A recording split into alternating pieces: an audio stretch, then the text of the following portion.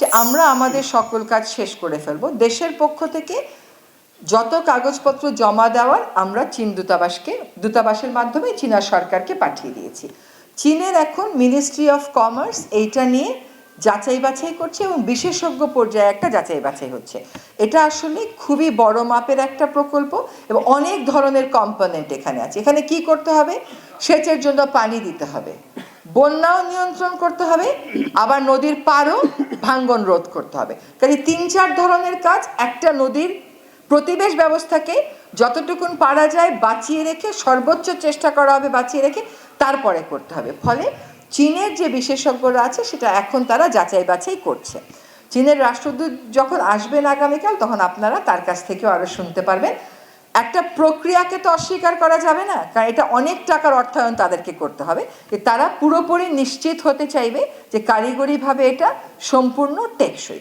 এখন চীন দেশের পক্ষ থেকে সেই কাজটা করা হচ্ছে। সেই কাজটা শেষ হওয়ার সাথে সাথেই আমি আশা করি আমাদের সরকার না হলেও পরের সরকার কাজ শুরু করবে। তবে আমাদের সরকারের যা করণীয় ছিল, সকল রকমের কাগজপত্র আমরা তাদেরকে সরবরাহ করেছি এবং তিস্তা নদীর পাড়ে মানুষদের সাথেও কিন্তু চীনা প্রতিনিধি দলরা এসে কথা বলে গেছেন। এর আগে যে প্রকল্পটা জমা দেওয়া হয়েছিল সে প্রকল্পে কিন্তু জনমানুষের কথা শোনা হয় নাই। এবার আমরা তিস্তা পাড়ের, নদী পাড়ের মানুষের সবার কথা তারা এসে শুনে গেছেন। এমনভাবে প্রশাসন চলেছে যেদিকে তাকাই তারা এবং তাদের মামুরা। এখানে নিরপেক্ষতার কোনো সুযোগ আসলে রাখা হয় নাই। এই জন্য তো সংস্কার লাগবে। আপনাকে ভোটের এই আয়োজনটা কে করে দেবে? নির্বাচন কমিশন। নির্বাচন কমিশনে তার লোক বসে আছে। ভোটের সময় জনগণকে নিরাপত্তা কে দেবে? আইন শৃঙ্খলা রক্ষাকারী বাহিনী। সেইখানে তার লোক বসে আছে। এমনভাবে তাদেরকে বসানো হয়েছে যাতে নাগরিকেরা ভয়ে ভোটই দিতে না পারে। যেমন নির্বাচন কমিশন রাতের ভোটের ব্যাপারে কোনো কথাই বলতে না পারে।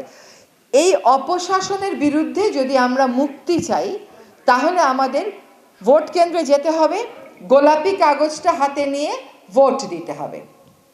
এবং আমরা যাতে ভোট দিতে না পারি এই জন্য অনেক রকমের ভয়ভীতি দেখানো হবে, একটা শঙ্কা সৃষ্টি করা হবে। ভোট কি হবে? ভোট তো মনে হয় হবে না। ভোট না হওয়ার কি কারণ আছে? একটু আমরা শুনি, ভোট না হওয়ার কি কারণ আছে? ভোটের সকল প্রস্তুতি প্রায় শেষ। 21 তারিখে প্রতীক বরাদ্দ হবে, 22 তারিখের থেকে প্রচারণা শুরু হবে। আপনারা এখন থেকে চিন্তা ভাবনা শুরু করেন আপনারা কাকে ভোট দেবেন। যত বাধা আসুক না কেন, ভোট আমরা দিতে যাব। সরকার প্রস্তুত আছে সকল বাধা মোকাবেলা করবার।